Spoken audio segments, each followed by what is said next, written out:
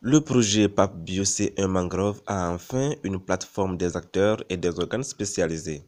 C'est au cours d'une rencontre organisée par l'ONG Bouzegui à Neho dans la commune de Lac 1 qui a regroupé les personnalités des communes Vaux 1 et 2, Lac 1, 2, 3 et 4 et Zia 1 et 2. Le Togo fait partie de la zone du paysage mono. En fait, on a eu à conduire un projet de la GIZ qui parlait de la mise en place de la réserve transfrontière du delta du Mono. Donc, dans ce sillage-là, on nous a conduit, en ce sens que les partenaires PAP Bio se sont dit que c'est bon, ça serait intéressant qu'ils accompagnent le Togo dans la mise en place des sites du paysage mangrove. Si jamais les communautés ou bien les collectivités poursuivent pour le projet mangrove, ils peuvent gagner en superficie de mangrove. Par rapport à la gestion des forêts de mangrove, en fait, c'est tout un processus qu'on veut mettre en place, géré par les communautés eux-mêmes. Ce n'est pas une pièce ONG qui va dire que ça c'est ma zone reboisée, c'est les zones des communautés.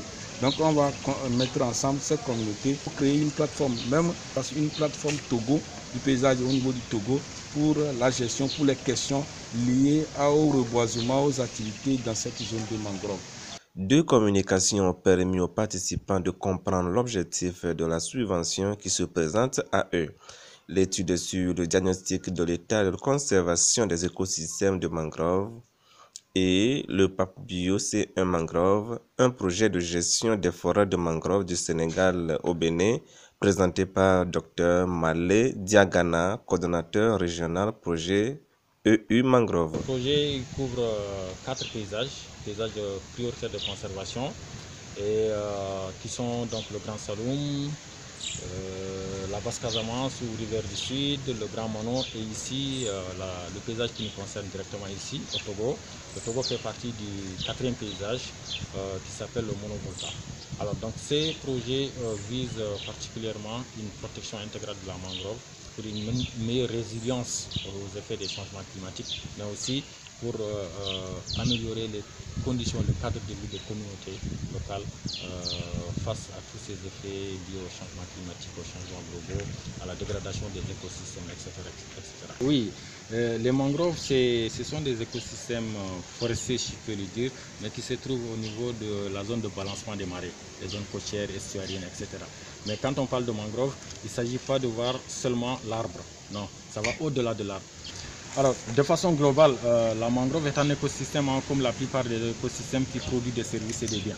Alors, il est prouvé que les zones de mangrove constituent des zones où la pêche se pratique de façon quand même assez importante, puisque ce sont des zones de refuge pour beaucoup d'espèces de poissons. Et c'est également des zones où les poissons, en tout cas beaucoup d'espèces peuvent se reproduire, mais aussi se réfugier. Donc, ils produisent beaucoup de services. Au-delà de ces aspects économiques, il faut souligner aussi que les écosystèmes de mangroves constituent des écrans ou des barrières contre certaines catastrophes. Par exemple, les zones côtières protégées par la mangrove sont beaucoup plus résilientes ou en tout cas beaucoup plus solides face aux effets des changements climatiques, aux effets de l'érosion côtière, aux effets du recul du trait de côte. Pour atteindre son objectif de protection intégrée de la biodiversité et des écosystèmes fragiles de mangroves en Afrique de l'Ouest et des communautés reculées, le PAP Bio C1 Mangrove se base sur la communication. Dans le cadre de la mise en œuvre de ce programme PAP Bio, on a une stratégie de communication où la presse a une part importante. Donc cette stratégie de communication met surtout en valeur la presse dans la mesure où c'est cette presse-là qui est en contact avec les populations des zones impactées, des zones bénéficiaires.